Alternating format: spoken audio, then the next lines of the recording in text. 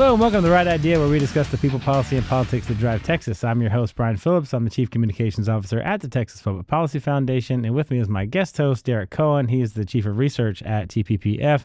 Well, Derek, we're finally rocking. We're finally rolling. It looks like the dam has broken the House. The Senate has gotten all of its priority bills through. The House is working on its priority bills. There's been just a flurry of activity and late nights. And is this the fun time for the Texas legislative session? Define fun, and by whose criteria are we meeting?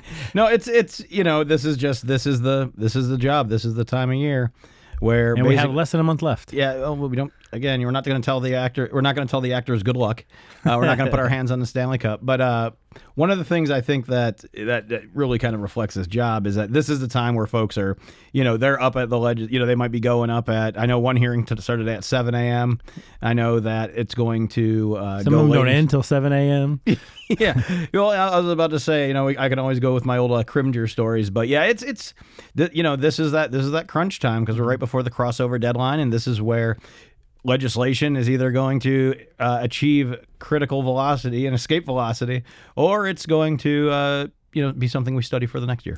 Speaking of escaping, for our hot take. Great segue. You like Great that? segue. I was waiting for one. I was like, give me something, Derek. Escape. Okay, talking about escaping, the president, president's always got his just finger on the pulse of these issues that you think are odd and weird and kind of pop up, but then you realize 80% of the people support it.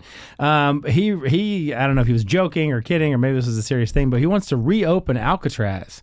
That was a big topic this week, was that the president wants to reopen Alcatraz and start putting prisoners back into Alcatraz, which exploded this whole debate over, it's been 60 years, been over 60 years since they closed it. But whether or not this would be a good use of money to protect the public. No, I got to say, I can't follow the president on this one. I think this is a horrible idea. One, the museum they have there is good. Have you been? I've never been. Oh, yeah, it's one of the few redeeming things to do in San Francisco. The museum they have there is far away from downtown. And you second of want all, to go to Alcatraz. We have an entire legacy of cinema showing them how to escape from the place. And that's where I think people are missing it. What we need to do is we need to start looking at some of the, when, say in a Marvel movie or something, when they have a villain in custody, it's like a tank at the bottom of the ocean, a guy with a spear gun guarding it. Right. That's where we need to start looking. We need super duper max prisons. And Alcatraz, while it was good for the time being, I think it's best served as a museum in this one. The prison of Atlantis and not Alcatraz? Well, we don't have to put a title on it, but I think that's good. That spitball stick to the wall. Here's an idea. Reopen it as a federal prison, but also keep the museum tours going. Oh, then you can make money, Sherry. You can make Absolutely. money. How much for a basket of tomatoes then? Because I assume that's going to be part of part of your exit through the gift shop strategy, right? All right. Shameless plug. If you're not subscribed to The Post, it's our fantastic weekly newsletter that looks at all the things we're working on and our other hot takes that we have during the week. It's got exclusive material. It's always got some fun Texas-based material at the end. If you're not subscribed to it, try texaspolicy.com/The Post, as well as a number of other different products that we have for your perusing. Okay, let's get to the guest interview. I mentioned Sherry just a minute ago. Sherry Sylvester is a distinguished senior fellow here at the Texas Public Policy Foundation, and most importantly, the host of the Sherry Sylvester Show, or Triple S, or 3S, or S Cubed, as we like to call it here. She's got her own podcast. We love the cross promotion. Sherry, this is your first time on the show. Welcome. It's my second time on the show. Second time on the show. Or maybe third. It was probably very early in the days when we didn't know what we were doing and begging for guests and trying to get people to come on. Yeah, so I guess it's tougher to get on now. Yeah, once we got that My Pillow money coming in, it's Beats. Yeah. We're selling Beats during the commercial breaks. No, we talked about election returns, I think. That's right. No, we did. So, all right. But happy to be here in the middle of all the wars. We just had an election, and we'll talk about some of those pathetic returns later on in the show. But the reason why you're here is, amongst other things, many things of which you're an expert on, higher education and the decline of the universities. Maybe that's too much. I'll let you characterize design of the universe. Yeah, of the universities is something that you do study, is something that you do speak on quite a bit. In fact, last night, very late into the night, the kind of what is the big higher ed reform bill, S37, has already made it through the Senate, but is now being debated in the House. So it was the House Higher Ed Committee last night. You were there late into the night testifying and arguing in favor of it. So we'll get specifically to what the bill says, but kind of lay the groundwork. Everybody kind of knows that, there's been a big controversy over how the woke indoctrination has taken over our public universities. I mean, even here in Texas, certainly in the Ivy Leagues and others, has spread throughout the country. But kind of take us, are we still there? Have we've passed some legislation in Texas. There's been some national reforms, but are we still there? What's sort of lay the groundwork for where we are in public education or higher ed education? It's actually at war. The academe, the university professors and administrators have risen up across the country. Texas passed the strongest anti-DEI legislation in the country. The universities closed all the DEI offices. Dozens and dozens and dozens, up to hundreds of people were removed from the universities, and that made a big difference in the woke programs that were very visible. Multicultural centers, people whose only job was to come in every day and to tell minority kids that they were oppressed and point to the white kids and say they were oppressors. So we don't have people who are actually paid to do that now. But what we're still finding in the classrooms, the ideology, the woke ideology, the 1619 Project, the anti-American ideology that drives so much of the left is still rooted very deep in what's studied at our universities. At the University of Texas, 400, looking at the course catalog, 400 courses have gender in the title. 200 have race in the title. 175 have identity in the title. By comparison, the Federalist Papers appears less than 10 times. Declaration of Independence appears less than 10 times. No mention of Abraham Lincoln. So there's no classes about Abraham Lincoln, but there's 400 classes on gender and race. Exactly. And what we learned in looking at in SB 37 is that a lot of times students are roped into these classes. They have to take them. Or they can use them as substitutes for tougher classes. For example, you can take a course called Numbering Race or Measuring Inequality. The whole math is racist. Right, yeah. You can take that class as a substitute for differential calculus or statistical literacy. So where was that when I was there? I know, exactly. So those kinds of things are happening where we're literally just institutionalizing ignorance. So instead of learning about math, you're learning that math is racist. Right, yes. They used to have a class when I was there a million years ago at UT. It was called Math. This is really for like the history majors. It was called Math in its Spirit and Use.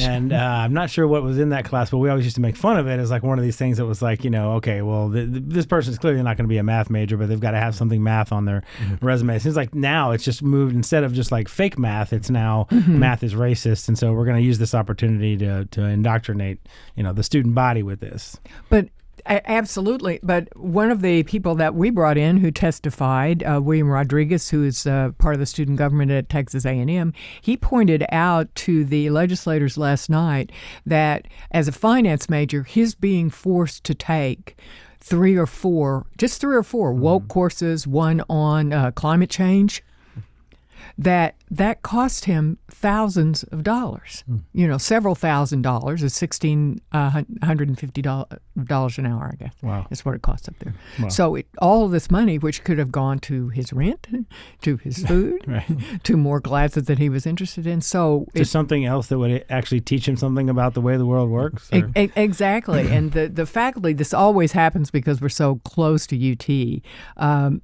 there were half a dozen people testifying in support of Senate Bill 37, although we know from polling that people of Texas want this. Yeah, so. and Derek, jump in on this. Like, this is a, I want to pack a lot. I mean, Sherry's opening, there was a ton in there I want to go through. Okay. The first one is just that, there was SB 17 in the last legislature, which went through and sort of systematically all the hard, I guess, examples or the concrete examples of DEI, like the offices and the people who were paid to do DEI, and we rooted all of that out. But to Sherry's point, the culture still remains, right? And it's still people who whether it's the faculty or others who are still teaching CRT essentially, or radical gender theory, regardless of what the class is called or whether or not there's a DEI office there, enforcing it. It's sort of like a cultural enforcement that's still there now. Well, I would say it's kind of actually in between the two, and this is kind of the fallacy that the other side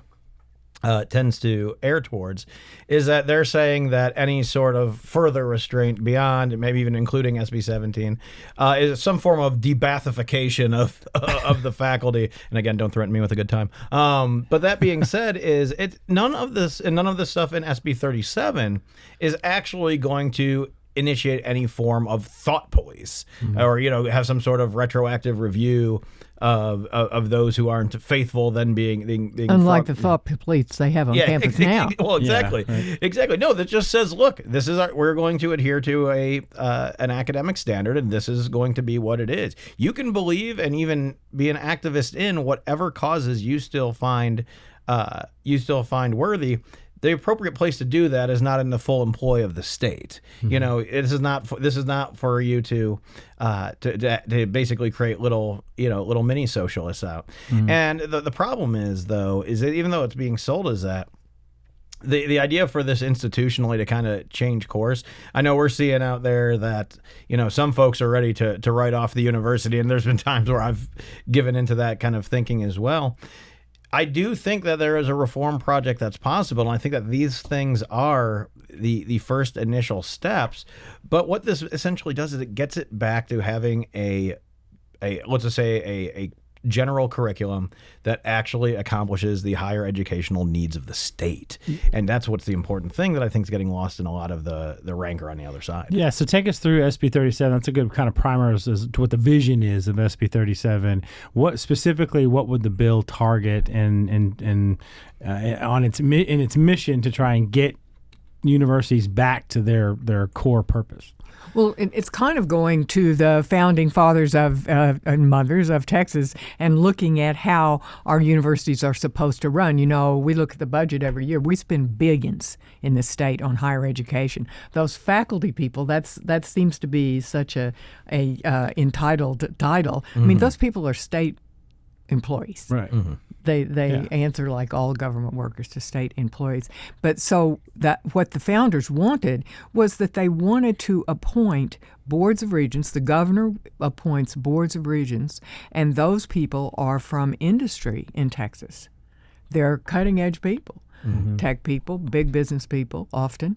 They know what they need to see in the kids that are coming out of universities. They are not, as they've been portrayed by the faculty and the opponents, this has been called a political invasion of the universities. They call this a political invasion, and they call these people just political appointees. But no, they didn't politically invade, of course. Right. And the contrast, what they can't see, this first piece of the governance of the university is like the faculty believes they have the divine right to control the curriculum, to be involved in the selection of the administrators. SB 37 makes it clear, no, the boards of regents have control of who the administrators are. They do the hiring. They also have the final say on the curriculum. Do we want to hear from the faculty, many of whom have not set foot off the campus in the last 30 years and probably don't have any idea what's going on in the workforce, although I'm sure many of them do. But, some of them about to. That's very charitable. But so I missed that in your remarks. Is that so that's one piece, is to enforce the model so that the regents are not viewed as an advisory board. The regents are the board of directors of the university. No longer will the inmates run the asylum. Exactly. Yeah, that's what it sounds like. I mean, if they're saying we have veto power, or we're the ones that should sit around and think about what kids should learn, and that, if the board has thoughts on that, we'll let you know whenever we're interested in your opinion on those things. But really, it's the faculty that should decide. You said the faculty should decide the administrators. I mean, that's literally like picking your own bosses. Exactly. I was asking an interesting question last night, Brian. One of the Democrats asked me kind of smugly, said, well, what would you think if Joe Biden were governor of Texas? It's kind of hard to think about that. What would you think if Joe Biden were governor of Texas? I don't think I need to wake up from this nightmare is what I need to think. And he were making the appointments. And I think they were really surprised by my answer. But it was the same as what I just said to you. It would be the same kind of people. Mm-hmm. They might have different political views, but you would still have, according to the Constitution, industry leaders on the boards of regents who had a good idea about what was going on in the workforce. So that's the piece that they can't see. Well, that's what's interesting, too, because, I think that maybe we've gotten too far afield of this idea that, yes, college is a place for academic freedom, academic exploration, understanding, high-level ideas and being exposed to ideas that you may agree with, never heard of, maybe in things you disagree with. All of that is true, but at the end of the day, you're paying all this money and investing all this to learn things so that you can go out into the world and have a career or be a prosperous contributor to the rest of society, not just to simply walk out and say, well, I had really good philosophical I spent $40,000 to have a bunch of really good philosophical discussions or whatever. It was that per semester night. It's been and you forever. want flavor in your latte. Yeah, exactly.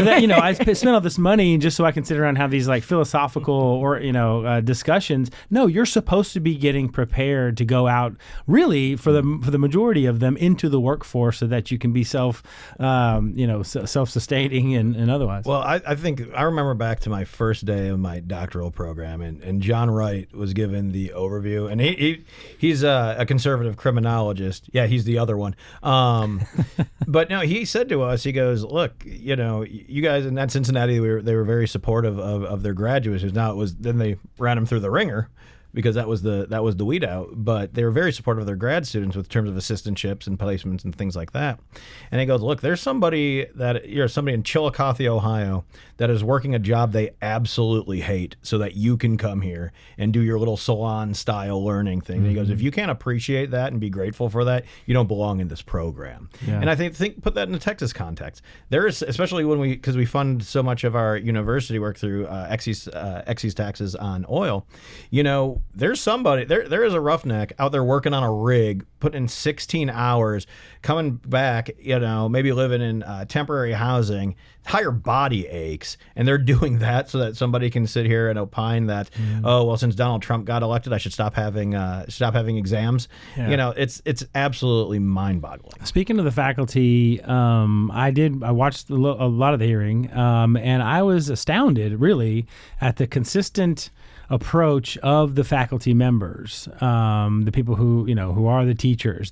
They were dumbfounded at the accusation that there might be indoctrination going on. They were shocked gambling was going on in this establishment. Exactly. And it's funny because there's so much, if you just pull yourself back, there's so much evidence, and of course, organizations like ours and others have documented a lot of this evidence that it's going on, through anecdotal and other research. I mean, just the point that you made earlier, that there are 400 classes with just the word gender in the title. There are 200 that have race in the title. I mean, these are not your average philosophy 101 that includes a couple of weeks on this idea of gender theory or race theory. These are entire classes, hundreds of classes throughout the curriculum that focus on race as the core thing to think about, or gender as the core thing to think about, and all, despite all that evidence, they're just dumbfounded to think that this that this kind of thing is that you would accuse them of we have no. I mean, I heard a faculty member last night. We have no interest in indoctrinating our students with anything. Well, and I'm I'm thinking, Ma'am, can you please take down the keffiyeh when you say that? Yeah. What was your impression of the hearing and what you heard? It was the thing that I didn't say, the remark that I wasn't fast enough on my feet to say was, well, I'll make 2 points. One, the Foundation for the Individual Rights and Expression, FIRE, which surveys campuses every year to find out, what's the ratio of liberal students to conservative students. It's about 4-to-1 at UT, 4-to-1 even higher than Harvard at University of North Texas, 3-to-1 at Texas State. So that's the environment that they live in. 45 to 50% of those students say they are fearful of saying what they think in class and even around campus. So that's the environment that they live in. But often you can't, when you're watching the hearings by video, you can't see the kinds of things that are being said while you're testifying. And so as I was testifying, there were people, and these were faculty, these were not students behind me, were saying, take the class. Who's she? What do you know? And like, they didn't stand up and turn their backs. And so what I should have said is, if you want to know how conservatives are treated in classes at the University of Texas, look at how these teachers are treating me. Right. I mean, it was just completely intolerant of the fact that I had a different view. A good example of this, we had an intern here at TPPF who went to UT, and I just asked her straight out. I'm like, do you, I think I'm not sure if she was a journalism major or she was something in the liberal arts, but she was taking like a pre-business class.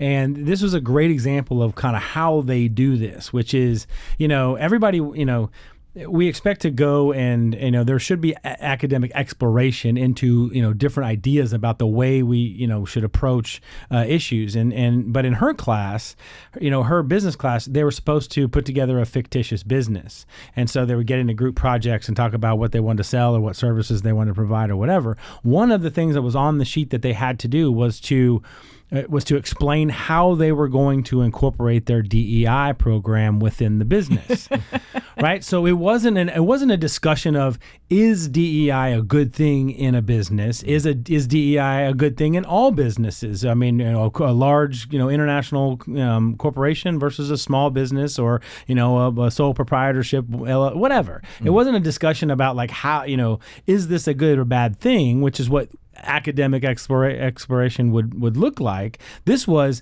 your business is going to include DEI, and so your assignment and whether or not you pass or fail is going to be determined on how you explain how you're going to implement this. And I thought that was a really good encapsulation of how they forced the DEI and forced this kind of indoctrination in the schools. And it may seem benign enough to most people looking on the outside, but really this is the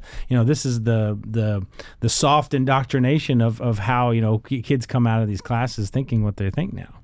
Yeah, it was also interesting to me, if you listen to the testimony, that so many of the professors felt like that they wouldn't be able to teach, right? Because of the bill said that you can't. The bill prescribes that you can't teach that one race or ethnicity or gender is superior to another. So they felt really inhibited by that.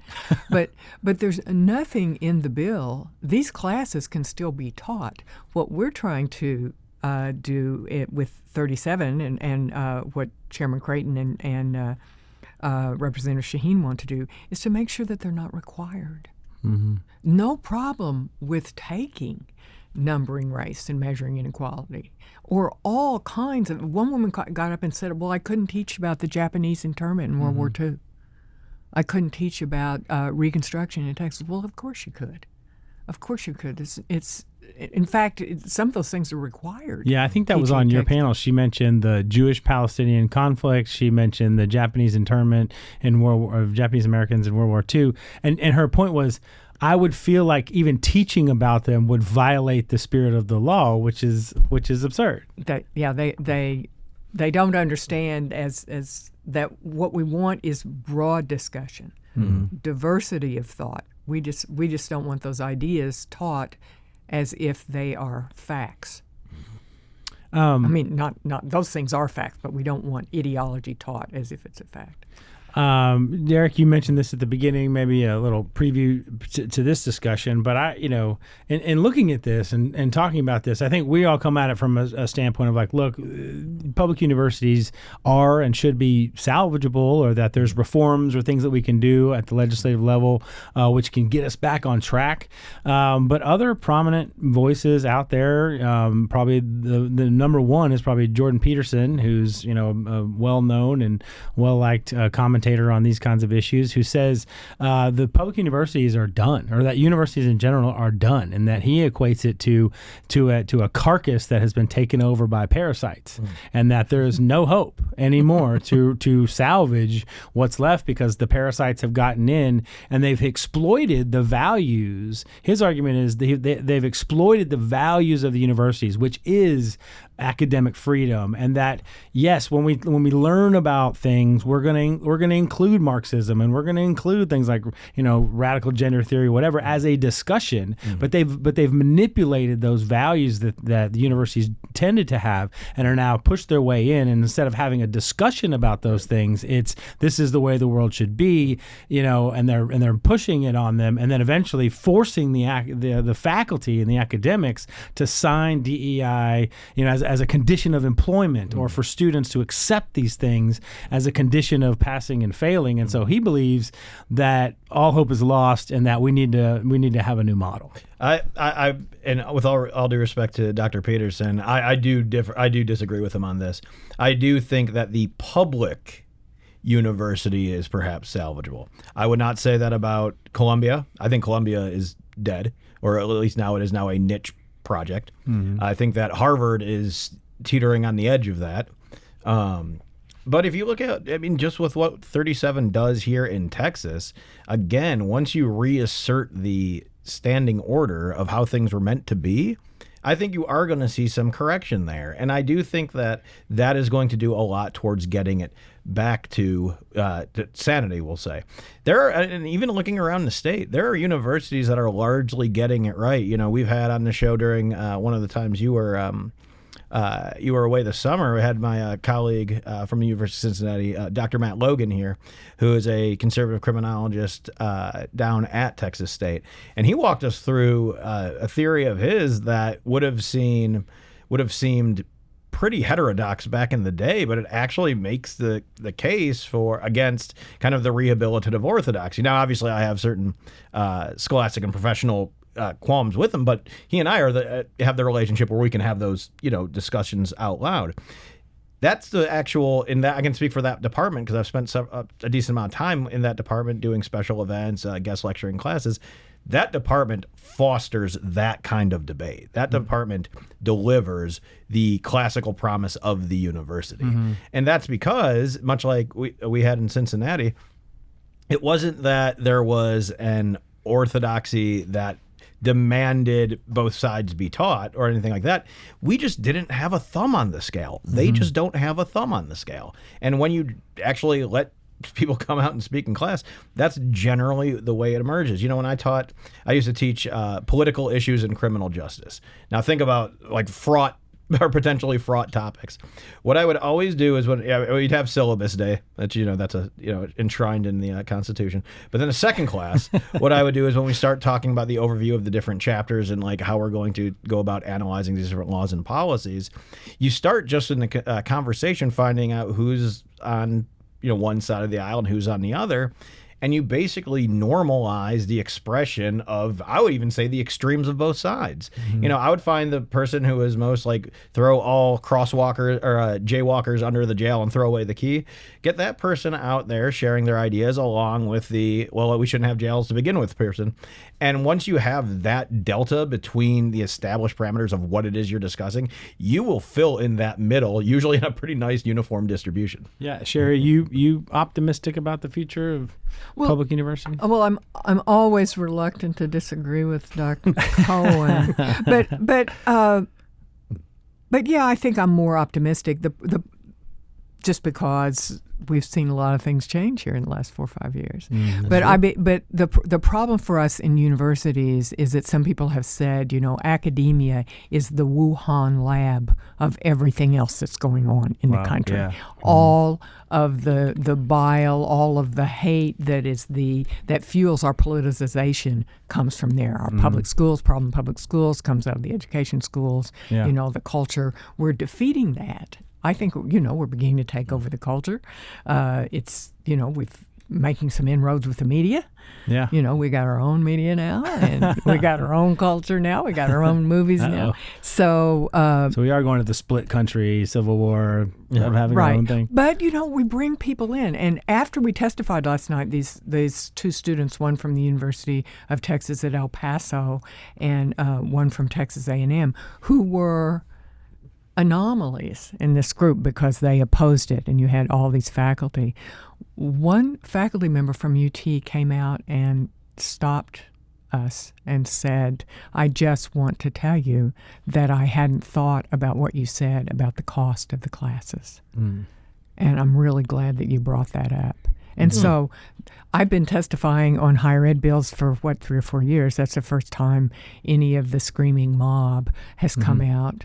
And so I'm hopeful about that. Sounds like a foothold. Yeah, Yes. there's a breakthrough. Just to finish the carcass analogy there, Peterson talks about that parasites look for what he calls unguarded storehouses of value, right? And that's what any that's the most Jordan Peterson thing I think I've ever heard. Which is to say, like, all the institutions that we complain about that have gone woke. That's what's happened, is that they go in and there's a lack of protecting these institutions, because a lot of them are these places where you want to have academic freedom and you want to have academic exploration and these kinds of things, but that there wasn't anything guarding the gate to make sure that, like, you're a good faith person who's going to come in here and have a conversation with us about the way the world should work, and instead you're really a parasite who's coming in here to attack what we have here and then use and manipulate the value that a place like a university has. So anyway, it's a long way to get to, are things like SB 17 and SB 37, are we reinstituting those protections in the universities to protect the value, the intrinsic value that places like universities have?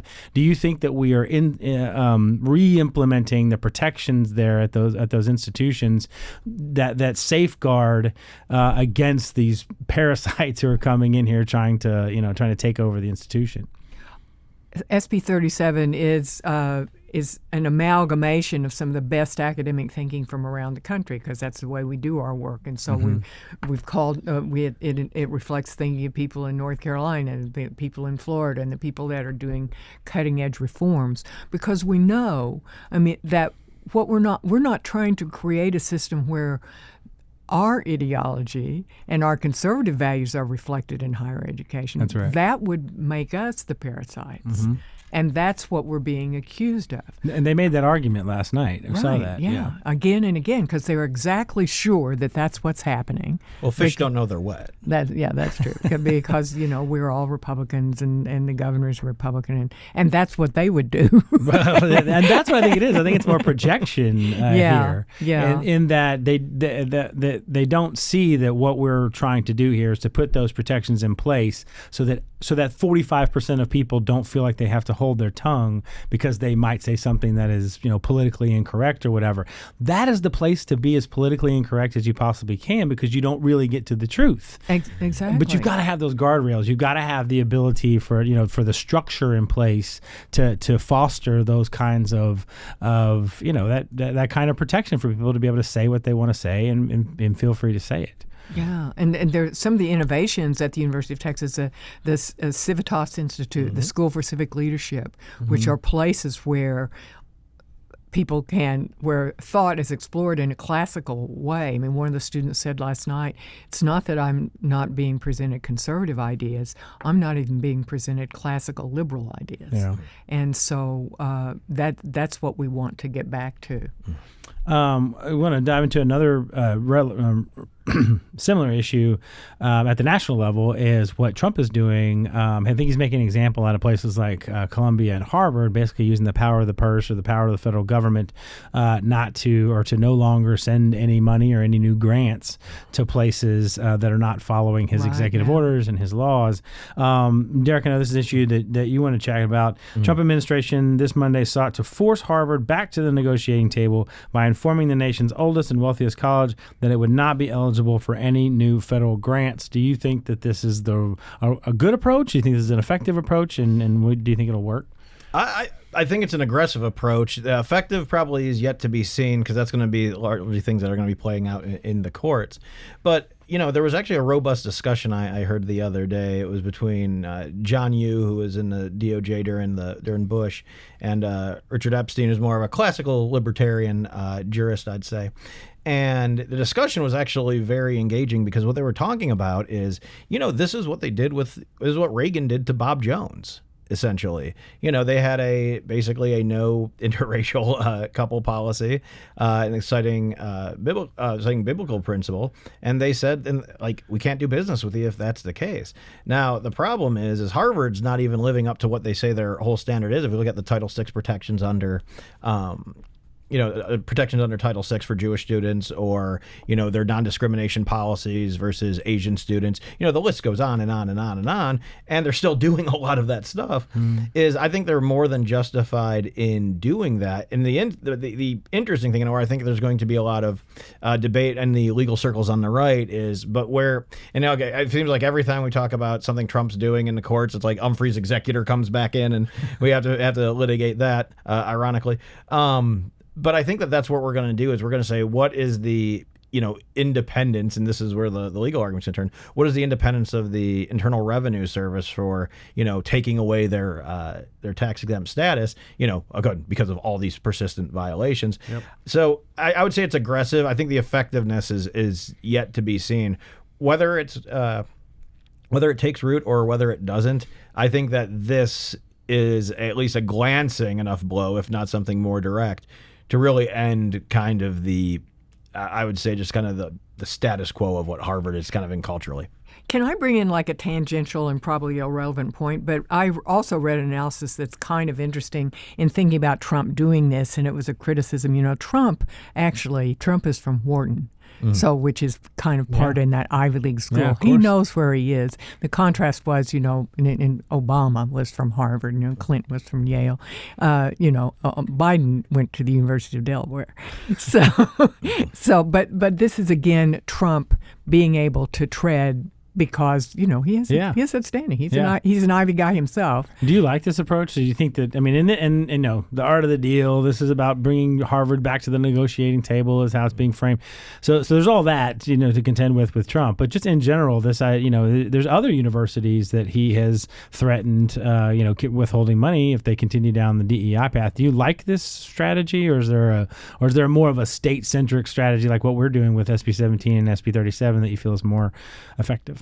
Well, I think our strategy in Texas has been the same, that when we passed Senate Bill 17, and when you saw all the chancellors come into the Capitol, some of them were quite vocal in saying, yes, they would comply with the bill because the financial incentives couldn't be argued with. And I think Trump is absolutely right to come in, and we shouldn't be putting federal funds into Harvard.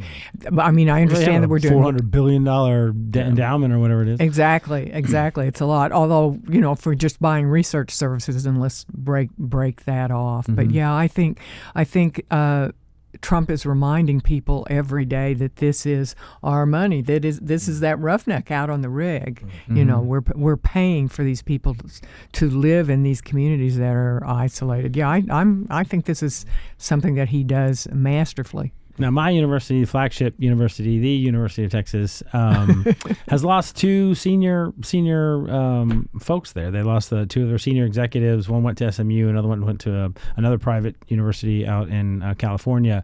Do you think? Do you think any of this is related to that, and that they're seeing that the direction? Maybe they're realizing, I don't want to be the chancellor of a carcass. That maybe I want to go to a university, particularly a private university, where we can have a little bit more control over the direction over the next few years. And maybe they feel like this is only going to be just more and more fights with the legislature as the faculty continues, the parasites continue to grow and whatnot. Like, do you think any of that's connected, or do you think it's just purely coincidental?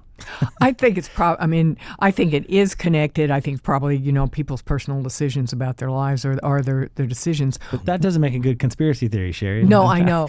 And one of the Brian's things got the red string out. Come on. One of the things that is important is that the faculty who testified last night, just like the faculty who testified in 2023, said that nobody would want to come to Texas and teach, that, people would flee the state.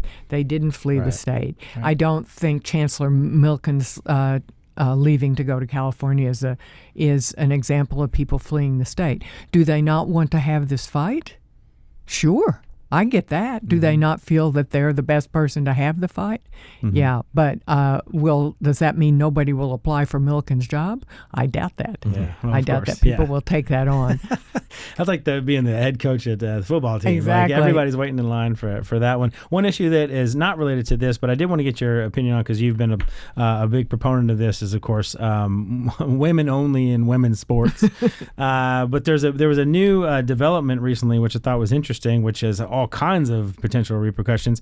A Maine state legislator, I don't know if you heard about this, a Maine state legislator has been prohibited from speaking or having her votes counted. So she's an elected member of the state legislature, and she went on social media and was critical of transgender athletes participating in women's sports. So saying that men should not participate in women's sports. She just did it on social media. It's not like she did it in some speech in the Capitol. But because of her expressing her First Amendment right on that issue, the state legislature censured her, and the punishment was then not only is she not allowed to speak on the floor and represent her constituents, she's not even allowed to vote on anything. Have you heard about this? This seems all kinds this is of awful. Don't we have people we can send up there to help?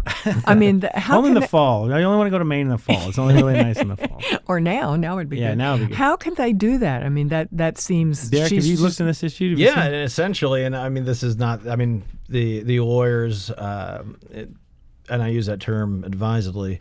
The lawyers who are representing or trying to get out in front of a legal case for this are saying, but through separation of powers, we have the ability to constitute our legislature however we and then govern it thusly however we see fit. The problem is that when you start intruding on other people's rights, and I think you got basically a slam dunk Civil Rights Act 1983 violation right here. Not only are you disenfranchising the legislator herself, you're also effectively silencing the voices of her entire constituency. Right. And that is, I was about to say and Maine's a weird state for many, many reasons. But for them to try to say like, we have, basically this, co-equal branch immunity that they can't do that. Like, no, that you can't, no, because it's not like the governor firing his staff. You can't have the legislature firing individual members of duly elected individual members. Now the Constitution, the rules that we all agree to and play by under the social contract, it can provide for the removal of legislators. Right, under certain conditions, but not for the content of federally protected speech. Yeah, exactly. I was going to say, we have something called the speech and debate clause. Don't know if they've heard about that. But that's another issue. It's like, remember in, Tennessee? They had the three legislators basically ground proceedings to a halt by bringing activists on the floor and having a little protest show. They were removed from the legislature, and they got voted back in the next election. But that's the thing. It's like this one is actually hamstringing the ability of this individual to do that without a violation of the business of the legislature alleged. Yeah. This is basically saying you have bad thoughts, ergo no votes for you. Sherry, backing up sort of a wide angle on this seems like a really desperate thing, and that this issue has gone so badly for the left, whereas maybe 5 or 10 years ago it was about not not being mean to people who have gender dysphoria or think that they're transgender or whatnot. But it obviously has turned. The whole nation has turned on this. This is now a 70, barely even 30 issue, more like 75-25 issue. So this seems really desperate as a way to cling to this idea that you're still fighting for this idea, this transgender stuff. And do you think that this is sort of the last throes of this issue, or do you think it's making a comeback, or how do you see it? I don't think it's making a comeback because the data is too strong. I mean, we're seeing what's happening in Europe. All the smart research on this shows that the strategies that we've used to deal with gender dysphoria and transgenderism are not effective and not really helping people. And I think we all want to help people. But I think it's political, Brian. I think that because the base in the Democratic Party is, and we know about bases in our party, is so beholden to the LGBTQ community, and that whole movement seems to be held captive by the T part. And you see even within their fractures among the L and the G, who are saying, "Wait a minute, we don't want to be. This is not us. We didn't sign up for this." So I think that, and they're a suffering political party right now. So that's where I see it, is that somebody is genuflecting to what they think is the base. Yeah, I don't believe there's anybody who believes that this is actually wrong. I just can't believe. I mean, Maine is not. Maine's a liberal state, but they just elected a Republican. A couple of cycles ago, statewide. Yeah. Well, well, we're running out of time here, so we want to get into our final last 10-minute drill. You stick around and hang out with us. I've got a couple other segments I want to go through, and I think you might enjoy some of these topics. All right, Derek, we will get into our survey. Says a new Pew poll has come out. And it has done a report in the 5 years since the George Floyd murder. And this, Sherry, has to do with DEI, which is another issue that obviously you're very on top of. 72% of the country says that the increased focus on race and racial inequality after Floyd's killing did not lead to changes that improved the lives of black people. Now, that's not to say it wasn't for trying. I mean, there's certainly the DEI craze spread all throughout our academic universities and through all of our government policies and all of that. And yet 3/4 of the country says that it has not improved the lives of black people. The share of Americans who express support for BLM is now at 52%. I'm actually kind of shocked that that's a majority, maybe just because it's called Black Lives Matter. But that's a drop of 15% since June of 2020. Any surprise in those numbers? No, I don't think so. I think that's about to be expected. I guess 52% is surprisingly high still, because then again, they probably are equating a ephemeral concept with the, I would say, perhaps in violation of their tax status organization. But that's neither here nor there. It's just, yes, the 72%, it seems absolutely on the target, if not a little low, just because, again, I don't understand, as I didn't at the time, why, even if stipulate with the best of intentions that these are important conversations that we need to have, that burning down large sections of major cities would be the one to effectuate that conversation. There's it's the underpants gnome all over again. It's, steal the underpants ? Profit. It's like, well, the question mark's very important. Right. Yeah, because that's going to define how we actually go about this. And yeah, just there are people that got paid on, Ibram Kennedy obviously did, or Kendi, financially benefited from this. And so I'd say his life's probably a little better right now. But that being said, is that this does not take just because the body of the American, I would say the corpus of Americans just rejected this wholesale. Yeah. And are just not down with the program. Sherry, the report also says that commitment to diversity, equity, inclusion, DEI, has also declined. Companies have pulled back on DEI initiatives, and workers' views of the DEI initiatives have grown more negative. And you've looked at this issue and sort of the efficacy of DEI programs at the university level and the corporate level, and you've written about this, that it actually doesn't improve race relations and and black people don't say that these things are actually helping, on campus or in the boardroom. And in some cases, we found at Texas A&M, it actually made it worse, because if you come to class every day and you say, these people around you, if you're African American that are white, they're actually oppressing you, and they always have. And this whole system here is rooted in systemic racism. I think it really has changed after. Turns out that doesn't make one of people go to the bar and have a drink together. Yeah, it's very divisive. And while we were having the whole debate about 17, and hundreds of faculty showed up, most from UT, but from other parts of the state, none of them ever made a case for how DEI had improved the enrollment of minorities and marginal students, improved the outcomes, improved their success after graduation. It didn't do any of that. And the Democrats in the House at the last minute, they made a deal that to put on the bill that the Higher Education Coordinating Board had to go back and test to see if we didn't do DEI, how bad would it get in our universities? How do you do that test? They're testing people. They know how to do that. So they did for the last year, and keep in mind, our universities have had DEI programs, some for 20 years at A&M and UT. They found no impact. Nothing positive for minority students or any other students. Just like the University of Michigan had the same thing. Yeah. It makes sense too, because the purpose of all of this is to sell people on the idea that the country is deeply and irreparably systemically racist, and it's sort of like these clubs and things that they create. It's just to sit around and ruminate on how bad their lot in life is and how they can't change anything because they're not straight white males. And so it doesn't surprise me that there's no solution or there's no positive outcome from that would then reflect itself in results or some kind of polling about it.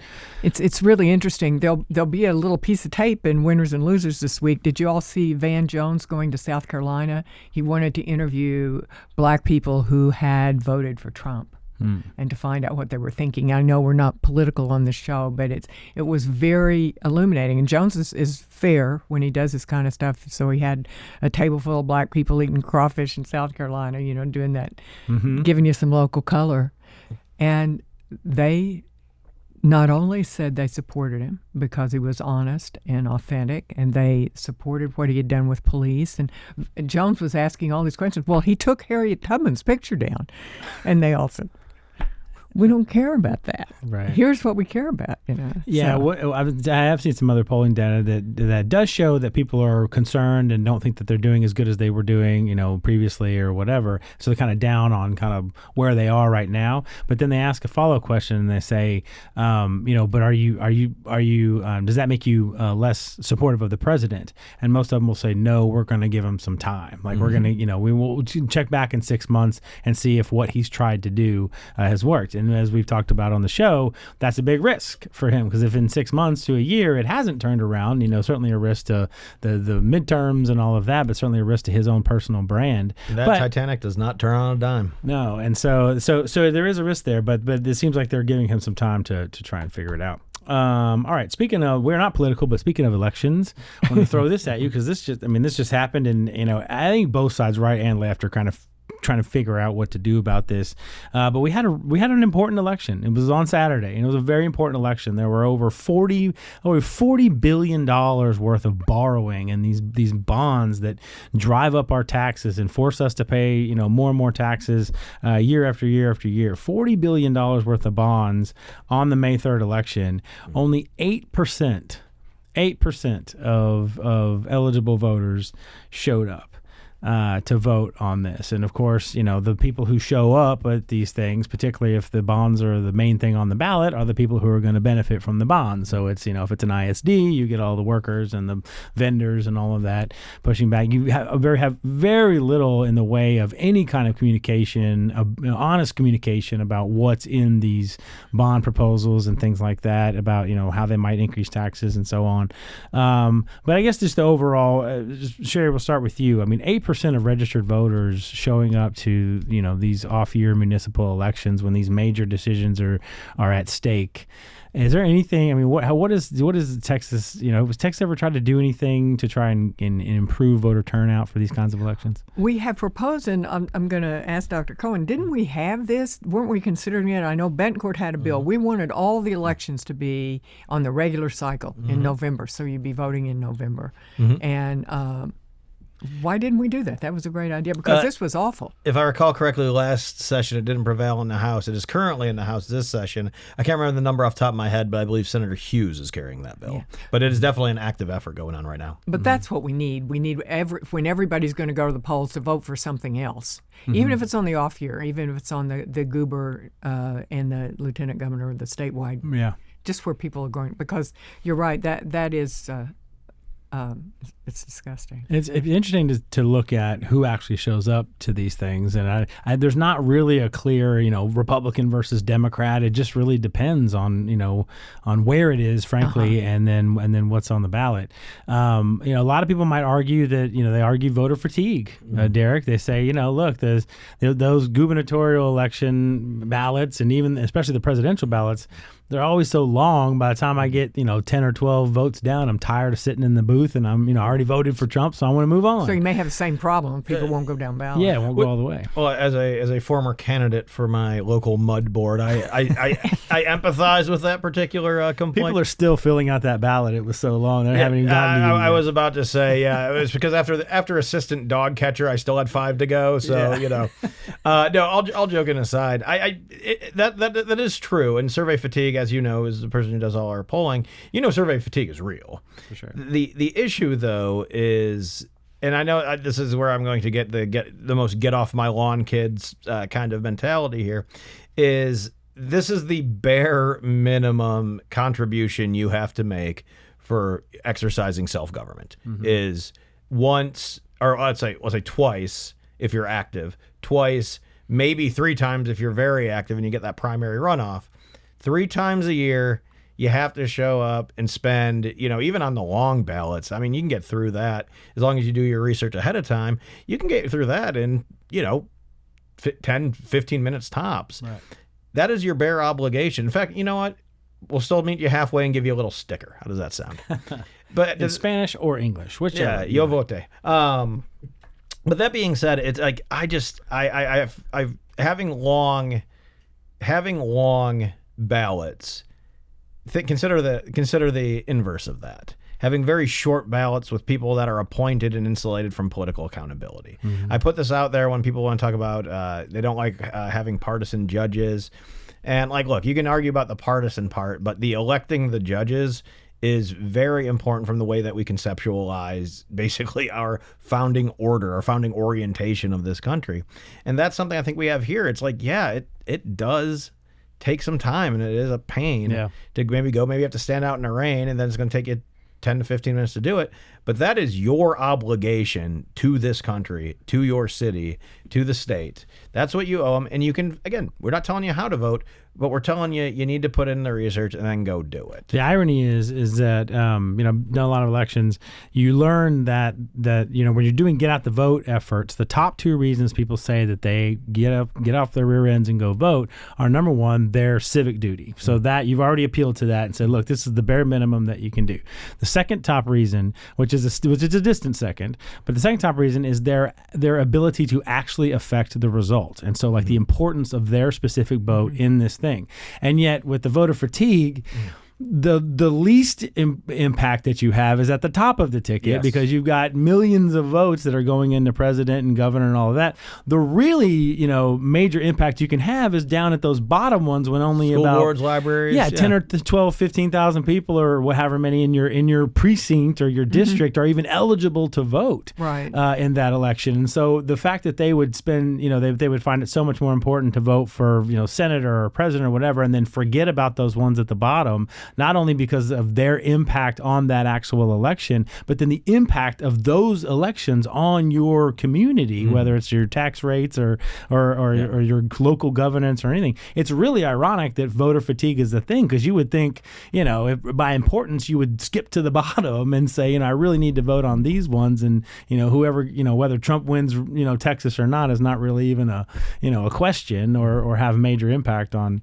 the national scene. So anyway, it's really ironic that that's the case, that voter fatigue works that way. Yeah. So it's probably the way we market it too. I mean, people want to vote in presidential elections because you're going in for which jersey you're wearing. You're doing one for the team. You're on the red team or the blue team. But or if you're weird, you're on the yellow team. Yeah. or worse, the green team. Yeah. But it's not in anybody's interest if you're running a bond campaign to get out the vote. Yeah, that's right. So, all right, we'll get into our last section here, is what to watch for, to think about what's coming up. And so we'll give you a few minutes to think about that. We're surprising you with this. If you've got what to watch for, what you're looking at. It's right in our wheelhouse, though. I think it'll. Yeah.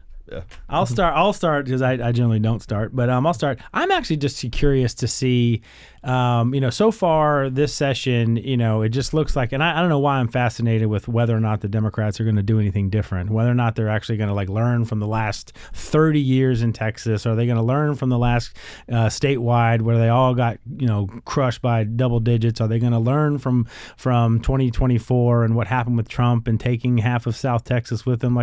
Is there any evidence that they're going to figure out? And then I look and see, where somebody has a bill on the floor that says, we're no longer going to, give children pornography and call it educational. And there's the Democrats, right there fighting as hard as they could, porn for kids, educational porn. Yeah, educate, I mean, it wasn't even this, and I get on a tirade about this, but it wasn't even a debate about what is or is not considered pornography. That's usually where they go, right? It's well, that's, this is Lady Chatterley's lover, and that's not pornography or whatever. But this wasn't even about that. This was if it is pornography, you can't use the excuse that this is educational pornography for children. And yet, right there, right at the mic, just sitting there defending it, saying, and so I look at that and I think, are they never going to learn the lesson that Texans do not want this? Texans don't want this, all the stuff that's happening to kids. So that's what I'm looking for, is over the next 30 days or so, is there any indication that that the left is going to put together an agenda that they can at least fight for in the last 30 days, that they can then go and take into an election season and say, this is what we are, this is who we are. And yes, Republicans are going to say, okay, well, what about this? What about DEI? What about gender mod or whatever? But are they going to try and put something together that is actually that's something that could be actually appeal to Texans going into an election season? Well, I wish, Captain Ahab, I wish you the best of luck going after that way.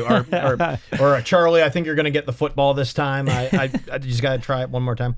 No, I don't think we're going to see anything different, because so much of the strategy, if you look at what was one of the big plays that we saw, was Operation White Light.